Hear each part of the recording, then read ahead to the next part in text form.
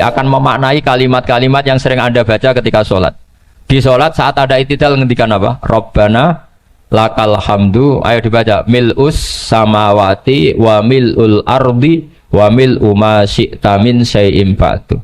Sama nani secara tradisi pesantren, Rabbana do pangeran kita, laka iku kaduwe panjenengan alhamdulillah segala puji. Engkau punya segala puji. Mil'us samawati, yang pujian itu memenuhi langit. Tentu langit itu penuh dengan pujian. Semua malaikat bertasbih, bertahmid. Karena malaikat tidak ada yang kerja di pabrik, itu tasbih terus gitu. Nggak ada yang nyari uang, kan? Nggak ada yang cari won ya. Kalau di sini nggak kiainya aja nyari uang. Terusannya apa? Wamilul ardi, dan pujian itu memenuhi bumi. Korea termasuk bumi Allah apa enggak? Jadi saya sudah menduga suatu saat Korea itu ya penuh dengan pujian. Dan ini betul. Siapa yang ngira kalau di bumi Korea ada yang hafal lagu Sakduna? Itu lagu kesayangan guru kita semua, Kiai Haji Maimun Zubair. Gak ada yang ngira. Siapa yang ngira kalau di sini ada ngaji seperti ini? Di Rusia juga sama. Uni Soviet itu negara ateis. Tapi lama-lama pecah karena glasnost itu dan perestroika itu. Kemudian menjadi pecahan-pecahan negara Muslim. Ada Uzbekistan, Tajikistan, Ceknya, semuanya menjadi negara apa? Muslim. Karena dari awal lakal hamdu mil'us samawati wa mil'ul ardi, dan pujian itu pasti memenuhi langit juga memenuhi bumi. Kalau Anda baca itu di Indonesia mungkin wajar, di Indonesia banyak acara-acara seperti ini. Tapi kalau di Korea ternyata benar. Dan Anda ini kalian semua termasuk pembuktian benarnya wa mil'ul ardi. Keren kan teman? Oh keren sekali, bukan sekedar keren sekali. Makanya saya jarang diundang pengajian mau, tapi dia undang di Korea mau. Tapi saya ada niat datang undangan, memang saya ingin datang. Jadi ya karena itu ini bentuk penghormatan saya. Bentuk penghormatan saya bahwa pada akhirnya benar-benar lakal hamdu mil'us samawati wa mil'ul ardi. Jadi Anda tidak perlu pesimis, dulu Indonesia juga seperti itu. Banyak Buddha, Hindu, macam-macam ateisme. Kemudian berkatnya para ulama sekarang jadi negara yang mayoritas Muslim. Korea, barokahnya orang-orang kedonyan seperti ini banyak Islam itu. Gak apa-apa. Karena sebagian agama Islam, sebagian sejarah ditulis di bawah pedagang-pedagang Gujarat. Kira-kira orang Gujarat ke Indonesia dulu yang namanya pedagang cari apa? Uang. Tapi namanya orang Islam, hatinya tetap adanya tauhid. Nyari uang ya tetap sambil dakwah. Kalau yang ke Korea langsung kiai mungkin tidak seramai ini Islam. Karena kalau kiai datang langsung dicurigai jadi misionaris, jadi ribet malah. Tapi kalau sampean nggak ada yang curiga. Namanya pekerja saja nyari uang. Dan itu memang fakta. Cuma kadang ya sadar terus ya baguslah seperti itu. Nggak apa-apa. Maksud saya ini saya memberi support, memberi tasjek bahwa Allah itu luar biasa. Jadi kalau ingin menyebarkan agamanya macam-macam. Kadang kiai tidak bisa mengislamkan orang, itu anak-anak mahasiswa pacaran itu banyak yang pacarnya itu masuk Islam. Tapi sampean jangan bilang pacaran halal ya, tidak pernah. Tapi Allah kalau menghendaki memberi hidayah itu jalannya macam-macam. Ada yang lewat kerja, coba yang bayangkan ada tahlilan di Korea itu semua kiai tidak pernah bayangkan. Tapi setelah banyak pekerja di sini kemudian mereka insaf atau sedang insaf tidak tahu ini. Sampai kapan insafnya juga tidak tahu. Tapi yang jelas ini hebat, ini apa? Hebat. Tahu-tahu ya seperti ini. Makanya iman saja Rabbana lakal hamdu mil'us samawati wa mil'ul ardi. Masih ditambahi wa mil'u ma syi'ta min syai'im ba'du. Karena Allah itu zat yang tidak terperikan, zat yang tidak terbatasi. Maka pujian di langit dan bumi ini masih kurang. Masih ada apa saja yang nanti akan dipenuhi oleh pujian kepada Allah Subhanahu wa ta'ala. Wa mil'u ma syi'ta min syai'im ba'du. Dan pujian kepada Engkau ya Allah akan memenuhi semua ruangan yang Engkau kehendaki. Mungkin suatu saat negara-negara yang sekarang yang paling minim Islam itu di Amerika Selatan, kayak di Argentina dan sebagainya, nanti suatu saat juga penuh dengan pujian karena tetap Rabbana lakal hamdu mil'us samawati wa mil'ul ardi wa mil'u ma syi'ta min syai'in ba'd. Saya di Jogja setiap akhir ngaji saya ajarin wiridan. Mungkin wiridan ini tidak asing bagi jenengan karena sering saya baca Subhanallah wa bihamdihi adada khalqihi wa ridho nafsihi wa zinata arsyihi wa midada kalimat. Bahwa kita memuji Allah itu adada khalqi, sesuai jumlah makhluk Allah. Semua makhluk Allah meskipun kelihatannya mengecewakan, ini semuanya memuji sama Allah Subhanahu wa taala. Meskipun kadang kita kecewa, kadang kita tidak cocok. Coba barokahnya Anda ini agak-agak kecewa gitu dengan Indonesia karena nggak menyediakan lapangan kerja untuk Anda. Tapi ya nggak kecewa-kecewa amat ya, agak-agak saja. Karena Anda tetap semua mencintai Indonesia. Gara-gara agak-agak kecewa cari negara lain. Akhirnya di Korea, ada yang di Jerman, ada di Inggris. Tapi bawaan pernah ngaji di musola, Islam ini ke bawah. Sehingga karena Islam ini ke bawah, tahu-tahu ada komunitas yang memikirkan Islam. Umumnya orang mikir Islam itu ya bikin masjid. Kalau di Korea unik, nyewa apa? Nyewa gedung untuk masjid. Itu kalau diceritakan di Indonesia aneh. Ini masjid sewaan. Masjid. Tapi kalau di sini lazim, karena kalau beli mahal ya cukup sewa. Saya tidak tahu kalau dalam terminologi agama tempat Anda sujud ini nanti jadi saksi di akhirat. Itu yang permanen apa yang sewaan tidak tahu. Jadi nanti bumi ini tanya, ya saya ya Allah pernah dipakai sujud, tapi setelah 1 tahun nggak kuat menambah lagi. Makanya saya dukung tadi yang ada gerakan masjid apa. Sebenarnya permanen nggak permanen itu tetap bagus, ada usah memaksakan. yang jelas saya sudah ikut nyumbang lelang tadi, dan saya berharap uang itu benar-benar untuk masjid. Kalau untuk tamirnya juga nggak apa-apa, yang penting untuk menghidupi masjid. Saya juga termasuk kiai yang nggak suka kalau hukum itu terlalu fanatik. Misalnya uang ini untuk masjid, kemudian imamnya diterlantarkan karena alasannya ini untuk masjid. Imam kan tidak masjid. Nah ini kalau imamnya nggak diservis kemudian mutung terus pulang ke Indonesia. Ini jadi masalah.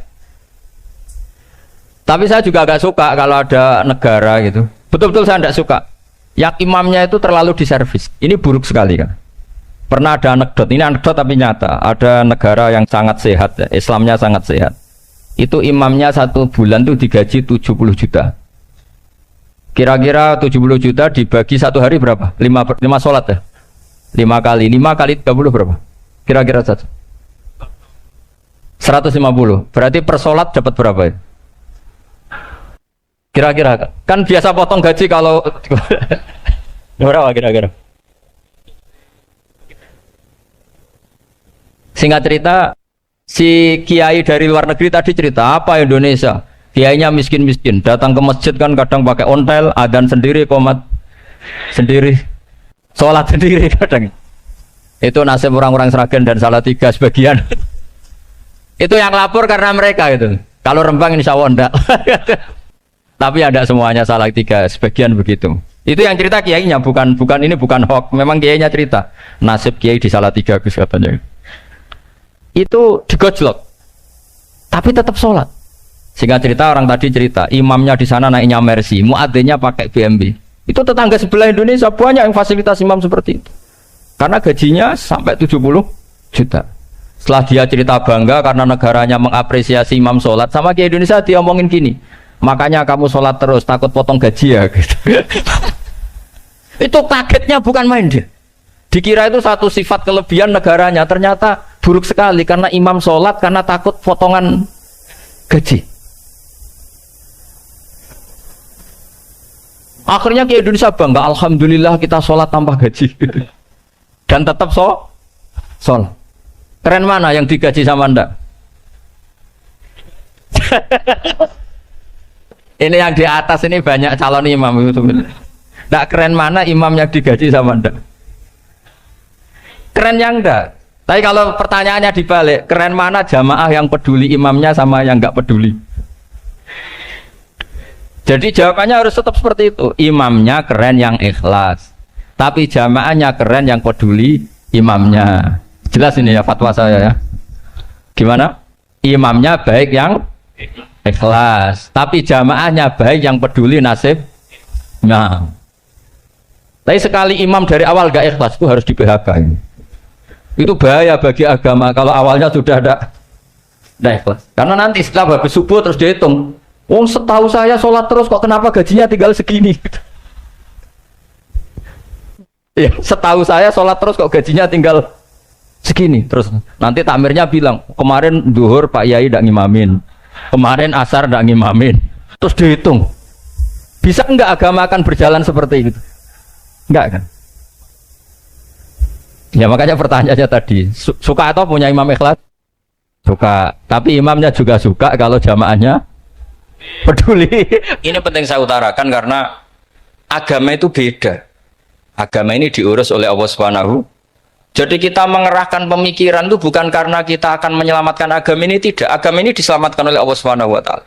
Coba kayak apa Uni Soviet kuatnya itu? Mengkooptasi supaya orang semuanya ateis, semuanya komunis. Itu 100 tahun Uni Soviet begitu.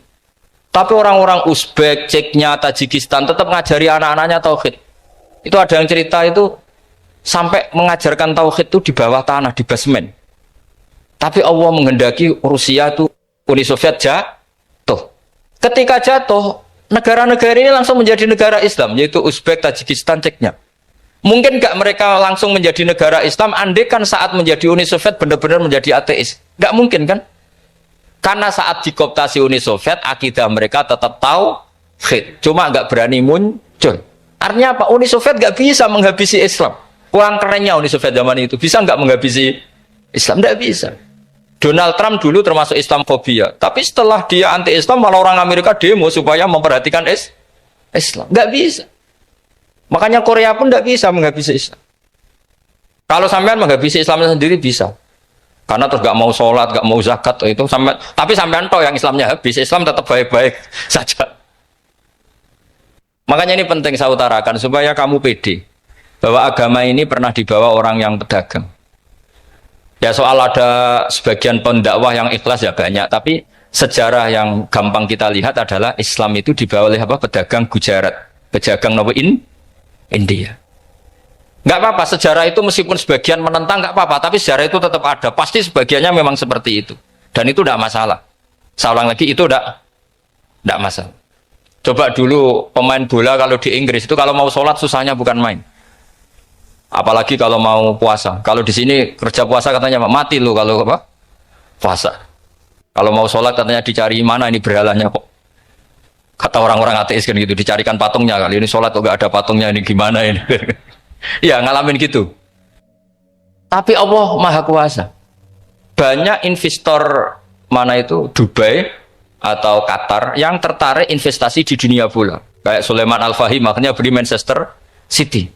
Itu sekarang pelatihnya negara orang sholat gak berani, bahkan di tengah stadion dibangunkan masjid. Kalau sampai daftar jadi muadzin bisa. Apa nyanyi Sakduna di sana juga bisa. Dulu Aljazair bencinya bukan main. Apa Perancis sama orang Islam itu bencinya bukan main. Barokahnya Zidane pemain bola dan juara dunia. Terus Zidane turunan Aljazair. Akhirnya orang Perancis itu mencintai Islam, itu barokahnya sepak bola. Allah punya sekian cara untuk mengenalkan Islam. Di Perancis dikenalkan lewat pemain sepak bola.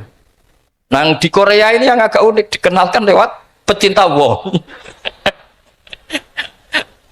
Saya jamin ini tidak apa-apa, sudah tidak apa-apa, sudah aman, pokoknya aman. Saya jamin aman.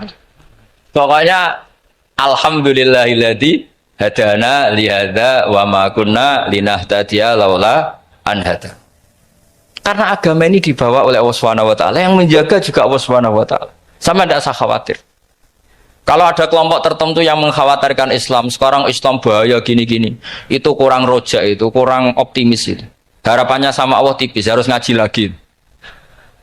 Agama ini limangka nayarjuwa hawal yaumal akhir. Agama ini bagi yang terus-menerus berpengharapan kepada Allah Subhanahu wa taala. Agama ini limangka nayarjuwa, coba bahasa Arabnya roja yarju rojaan. Maknanya harapan. Jadi agama ini bagi yang selalu berpengharapan, bukan yang pesimis, bukan yang hati kecil, apalagi yang tukang putus asa.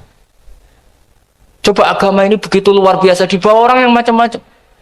Tadi di Perancis itu dibawa oleh pemain apa? Bola. Ada masjid di Inggris itu ya dibawa mahasiswa-mahasiswa itu yang dulu sebagian yang nggak pernah ngaji, setelah di Inggris bikin komunitas pengajian. Di Korea dibawa di pecinta apa? Tapi lama-lama cinta Tuhan. Karena ya memang sebenarnya sudah cinta Tuhan. Cuma ya cara cinta ini nunggu punya uang ah. Ya sudah, alhamdulillah seperti ini sudah luar biasa sudah. Insya Allah diterima oleh Allah Subhanahu wa taala. Saya selalu berharap Semoga ini tetap satu bukti bahwa Allah itu harus kita sembah di mana-mana. Karena tadi Allah akan selalu Rabbana lakal hamdu mil'us samawati wa mil'ul ardi wa mil'u ma syi'ta min syai'in ba'du. Bahwa pujian kepada Allah akan selalu memenuhi langit dan memenuhi bumi. Bumi Korea termasuk buminya Allah. Makanya pegangan yang saya minta sama pengurus untuk di-share adalah Dawai Rasulullah Shallallahu Alaihi Wasallam. Mungkin nanti panitia harus mengeser itu. Ini Musnad Ahmad, riwayat dari Imam Ahmad. Al bilad bila dua. Sudah punya? Nanti di-share ya, yang itu. Al biladu bila dua. Bahwa negara hakikatnya adalah negara Allah. Wal ibad ibadullah. Semua hamba hakikatnya adalah hamba. Di hadis itu fahaitsuma asabta khairan fa'akim. Kapan saja kamu menemukan kebaikan di tempat Anda berdomisili, fa'akim, kamu tidak apa-apa di sini. Kamu di sini dapat uang, dapat masjid, dapat sewa masjid. Tidak tahu sewa apa permanen, pokoknya itu bagus gitu. Buminya dirayu, bumi meskipun ini nggak permanen, tapi tetap jadi saksi loh ya. Harus ada kompromi ini. Karena kalau dengar orang Indonesia jadi aneh, masjid kok nyewoi. Tapi aneh di Indonesia, ada aneh di sini. Sampean tenang saja. Tentu malaikat pencatat di sini juga sudah tahu kalau sebagian masjid itu sewaan. Jadi ya ada eskal-eskal amat lah, sudah nggak janggal-janggal amat karena kondisional Jadi saya nanti minta panitia supaya mengeser tadi hadis riwayat siapa Imam Ahmad bin Hambal yang diriwayatkan oleh salah satu minal asyrah al mubasysyirina bil jannah, yaitu Zubair bin Awam. Nabi ngendikan al biladu biladullah, negara mana saja adalah negara Allah. Wal ibad ibadullah, semua hamba adalah hambanya Allah. Fahaitsuma asabta khairan, di mana saja kamu mendapatkan kebaikan, fa'akim, kamu tidak apa-apa berdomisili di sini. Ya, saya mohon ini penting sekali. Pokoknya saya mohon kalimat tauhid ini dijaga. Karena kalimat tauhid ini kata semua ulama, kasyajaratin thayyibatin asluha tsabitu wa far'uha fis sama. Dan kalimat tauhid ini pasti tu'ti ukulaha kullahinim bi'izni rabbiha. Kalimat tauhid yang dibawa umat Islam seluruh dunia. Meskipun dia orang fasik, orang nggak benar, tetap tu'ti ukulaha kullahinim bi'izni rabbiha. Kalimat ini akan membawa berkah bagi orang yang dihinggapi atau didomisili umat Islam. Coba sebagian nanti orang Korea menjadi Muslim itu karena di sini ada komunitas pekerja Muslim, kemudian menyisakan atharul Islam, jejak-jejak Islam. Nggak apa-apa, pasti kalimat ini tu'ti ukulaha kullahinim bi'izni rabbiha. Jadi kalimat tauhid adalah kalimat yang kata Allah tu'ti ukulaha kullahinim bi'izni rabbiha. Anda tidak usah khawatir bahwa apa yang Anda lakukan akan ditulis oleh Allah Subhanahu wa ta'ala. Kata Allah, wa naktubu ma qaddamu wa atharahum. Gimana di surat Yasin itu? Inna nahnu nuhyil mauta wa naktubu ma qaddamu wa atharahum. Saya bisa menghidupkan orang mati dan semua amal kalian saya tulis, kata Allah. Wa atharahum, dan jejak-jejak yang pernah kalian lakukan juga ditulis. Misalnya Anda sudah pulang di Indonesia, ada orang sholat di masjid ini, oh ini era Kang ini, era Mas ini. Nanti setelah itu ya ini era Mas ini, Mas ini. Menjadi familiar Islam juga barokahnya muassis-muassis ini, pendiri-pendiri ini. Semoga kalian semua barokah dan fid dunya wal ini ya. Perasaan saya juga seluruh ulama di dunia. Saya ulang lagi, perasaan saya juga seluruh ulama di dunia, bahwa Islam masuk itu macam-macam sebabnya. Dulu kita tahu, kita sebagai warga Indonesia, Islam masuk itu ya dibawa orang yang agak kedunian, ya kayak jenengan lah kira-kira gitu. Ya kayak mbak-mbak ini, ya agak-agak mata duitan gitu. Karena kita tahu rata-rata di sejarah mengatakan Islam di Indonesia dibawa kiai apa pedagang. Pedagang itu nyari uang apa nyari dakwah kira-kira. Ya semoga Anda mirip-mirip seperti itu. Ya jadi nyari uang karena ada nurani Islam, sehingga tetap saja membawa Islam. Saya tidak tahu Islam Anda ala apa, tidak tahu. Pokoknya mau ngaji ya berarti Islam ala ahli sunnah wal jamaah. Jadi ini penting saya utarakan bahwa Islam itu agama yang mudah difahami, sehingga dibawa pedagang saja ya kasil gitu. Dibawa orang yang kedonyan nggak jenengan juga kasil gitu. Dibawa orang baik ya kasil, dibawa orang broken juga kasil. Ini penting saya utarakan karena saya ngaji di mana-mana bilang ciri utama kebenaran absolut adalah kebenaran yang bahkan orang nggak benar saja bisa bawa.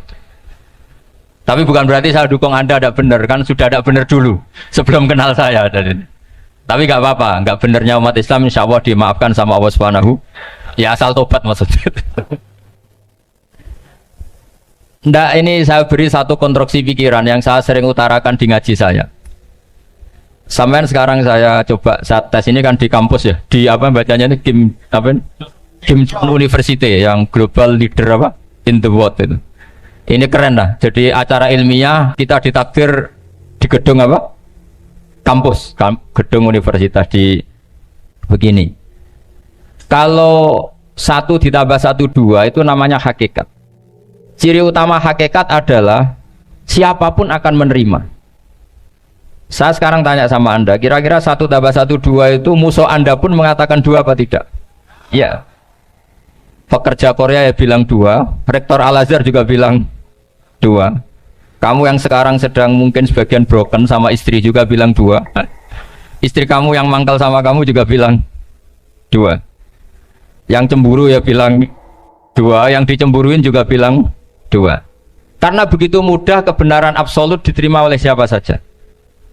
Begitu juga eksistensi Allah sebagai Tuhan. Itu mudah diterima oleh siapa saja. Sehingga pembawanya tidak perlu seorang kiai atau gus atau mubalek atau ketua muin, tidak. Cukup karyawan pekerja apa? Korea. Karena kebenaran absolut itu kebenaran yang mutlak. Siapa saja yang waras pasti ngakui. Kira-kira orang yang berpikir sehat pasti berpikir begini, ini yang diajarkan Quran. Bumi ini kadung wujud. Sudah wujud kadung wujud, punya eksistensi. Mungkin nggak sesuatu yang wujud kemudian disebabkan oleh sesuatu yang nihilisme, yang tidak ada. Mungkin enggak? Tidak mungkin. Yang namanya penyebab itu harus sesuatu yang wujud. Di mana-mana penyebab itu harus punya eksistensi. Karena langit dan bumi ini kadung wujud, pasti penyebabnya adalah wujud. Karena wujud penyebab harus bersifat super. Lah bersifat super ini oleh ulama dikatakan wajibil wujud. Itu akal siapa saja akan terima. Cuma kemudian setelah nerima itu orang macam-macam cara berpikir. Mungkin orang Jawa dulu bilang itu Sahyang Widi. Kalau orang sini mungkin bilang apa itu? Dewa atau apa ya? Nggak tahu saya. Karena itu yang teman sampean, enggak teman saya itu. Tapi yang jelas begini, ini konstruksi ini harus kita jaga. Nanti saya bacakan teks hadisnya.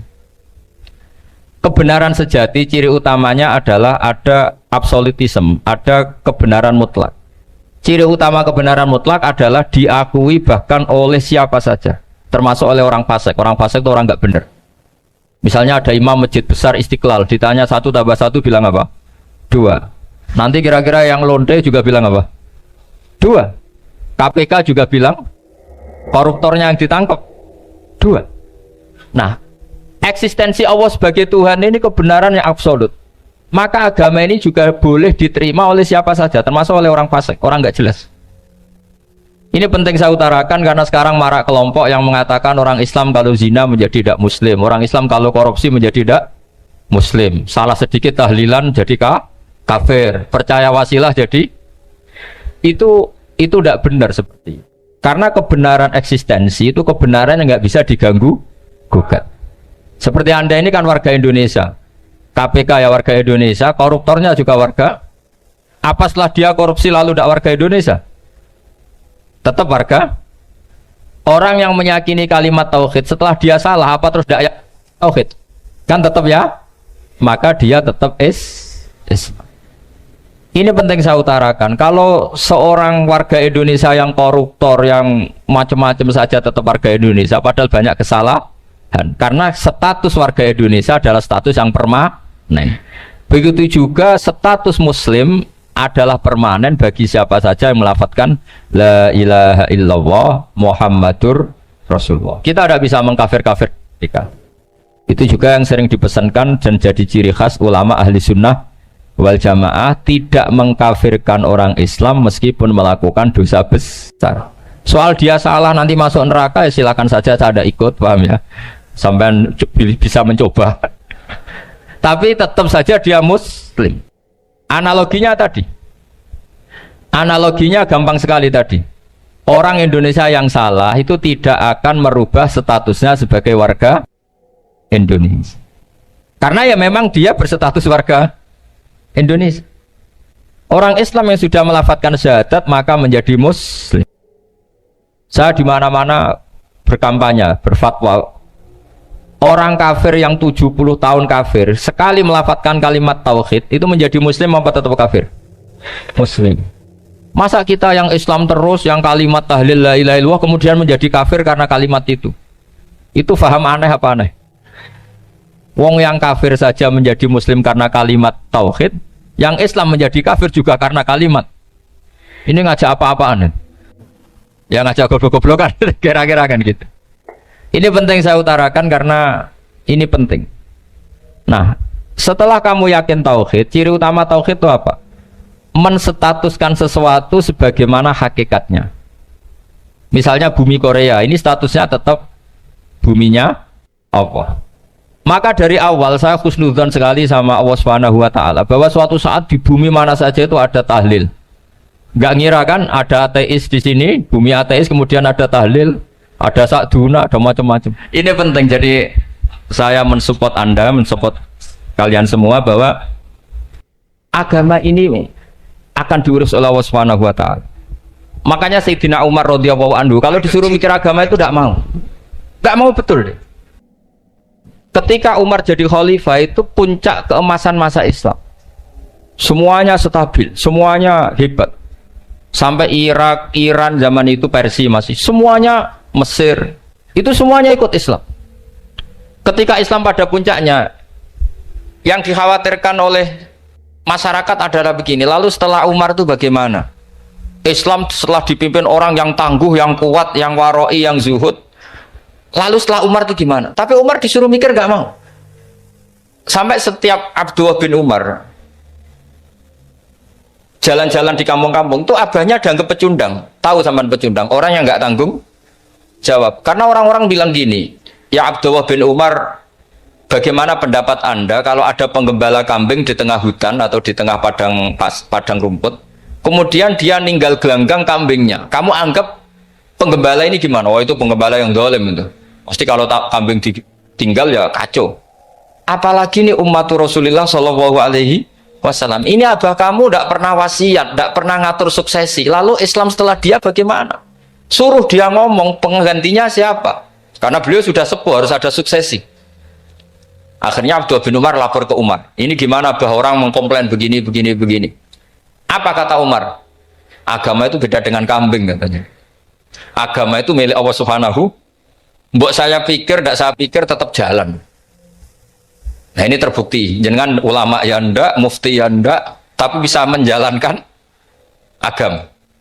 Kalau agama sampai pikir malah rusak. Sudah pokoknya lakukan saja, tidak usah dipikir. Akhirnya betul. Karena agama ini milik Allah. Soal kita serius memikirkannya itu karena khidmah, karena kita ingin berbakti pada agama. Tapi Anda tidak boleh berpikir kalau agama ini butuh pemikiran Anda. Beda loh ya. Kita khidmah agama serius karena kita ingin mengkhidmai agama. Tapi agama ini tidak pernah butuh kita, karena agama ini akan diurus oleh Allah Subhanahu. Coba pas sampean kecil, orang jilbaban di Indonesia itu banyak apa banyak sekarang? Banyak sekarang. Kiainya mutu orang dulu apa mutu orang sekarang? Tapi perkembangan Islam itu ramai sekarang apa ramai dulu? Ramai sekarang. Islam menyebar di seluruh dunia itu zaman Wali Songo, zaman sampean keren mana? Keren sekarang. Kualitas solehnya sampean sama Wali Songo? Wali Songo.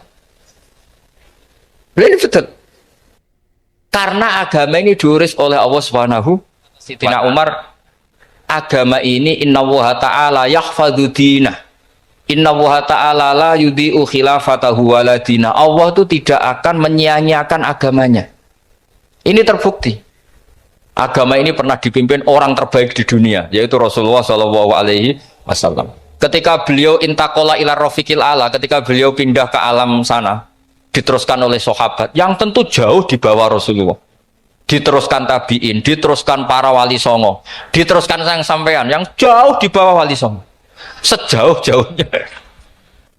Tapi agama jalan sampai Korea. Agama jalan sampai apa? Dulu Wali Songo itu hanya sampai Mojokerto, sampai Tulungagung. Di bawah sampai Kelayaban sampai mana ini? Korea. Coba kalau Allah tidak ngurus, nggak bisa. Yang gerakkan hatinya sampean peduli sama masjid siapa? Allah Subhanahu wa taala. Yang menggerakkan hati sampean peduli sama agama siapa? Tapi yang menggerakkan sampean ke Korea apa? Uang kan?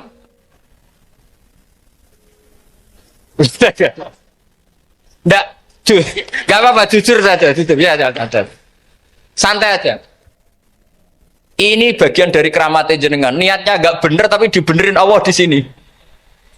Dari awal niatnya kan uang gitu. Tapi setelah di Korea dibenerin Allah. Mbok ingat agama gitu. Keren kan?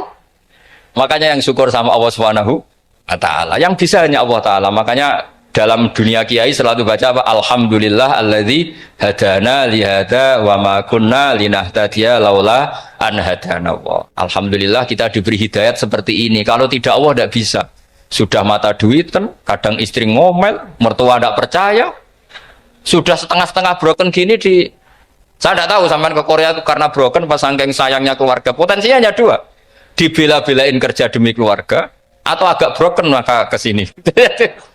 Tapi apapun potensi itu tetap baik. Itu takdir sudah, itu takdir tidak usah dibicarakan. Semua itu apa? Karena orang kalau sedang rukun ya tidak mau tukaran, kalau sedang tukaran ya tidak mau rukun. Itu sudah semuanya takdir. Kata bapak saya dulu kalau ada orang mau jualan tanah, Pak Yai tanah saya mau saya jual. Ini gimana? Padahal ini tanah warisan. Kata bapak, nak waya adol ya adol. Memang ini saatnya jual ya jual saja. Nanti kalau kaya saatnya beli ya beli saja. Karena kalau sudah saatnya jual mau beli ya nggak mungkin kan? Mau memang saatnya jual. Kalau sudah kaya kan nggak mungkin jual tanah. Saatnya beli. Maka semoga masalah di keluarga sampean ya masalah musiman. Maksudnya yang tukarannya ini musiman, yang rukunnya permanen. Jangan tukarannya permanen, rukunnya musiman. Setelah melihat yang lebih cantik, katut babon, nggak tahu saya kalau tahu. Nah ini semoga katut masjid ini bagian dari kafaroh sampean itu. Jadi kafaroh kesalahan-kesalahan di sampean. Assalamualaikum warahmatullahi wabarakatuh.